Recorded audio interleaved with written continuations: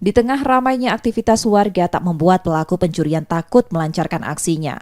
Di Palembang, pelaku pencurian membawa kabur laptop mahasiswa saat ditinggal membeli jus buah. Kejadian yang terekam CCTV tersebut terjadi di Jalan RA Abu Samah, Lebong Siarang.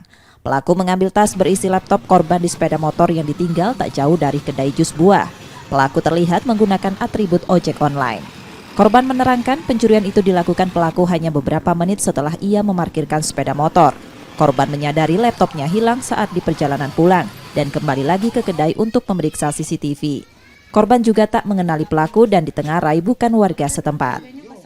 Anak aku nih kusuruh ngambil dompet di dalam jok. Nah, setelah dia ngambil dompet di dalam jok itu, dia ngasihkan ke aku. Nah, setelah itu dia ikutlah ke warung itu sebentar. Kami tuh cuma bayar, ngambil esnya, langsung balik lagi. Nah, memang posisi saat itu belum sadar kalau tas itu sudah tidak ada lagi di jok depan itu. Baru diketahui tasnya hilang kapan? Pada saat kami nak masuk lorong itu. Masuk lorong. Begitu nak masuk lorong, baru sadar anak ini tadi.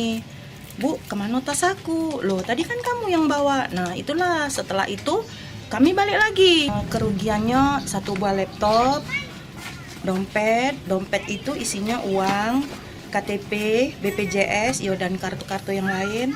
Terus ialah buku-buku anak kuliah, alat-alat tulisnya itu berupa mistar, segala macam kan, itulah. Pencurian yang ramai di media sosial ini langsung dilaporkan korban ke Polsek Sukarami, Palembang. Reski Oktora, Muklas Diferensial, Kompas TV, Palembang, Sumatera Selatan.